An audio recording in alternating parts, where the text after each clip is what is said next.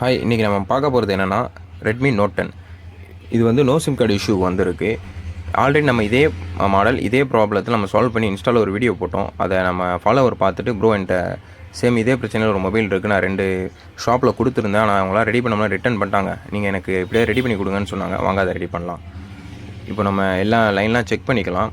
But ஆனால் இதில் data லைனும் கிளாக் லைன் பர்ஃபெக்டாக ஒர்க் ஆகுது. அப்படின்றப்ப இது நம்மளுடைய கரண்ட் வோல்டேஜ் தான் செக் பண்ணணும். வோல்டேஜ் பர்ஃபெக்டாக வருதான்னு பார்க்கலாம். பார்த்தா இந்த இதுலேருந்து சிபியூலேருந்து அவுட்புட் வர வோல்டேஜ் வரல. நம்ம சிபியூ ரிமூவ் பண்ணிடலாம். இப்போ சிபியூ ரிமூவ் பண்ணிவிட்டு இப்போ ரீபால் பண்ணியாச்சு. இப்போ நம்ம அதை ஃபிட் பண்ணிவிட்டு ஒர்க் ஆகுதான்னு பார்க்கலாம். கொஞ்சம் ஹீட்டாக இருக்குது போர்டு, ஆறட்டும், ஃபிட் பண்ணிடலாம் போர்டில்.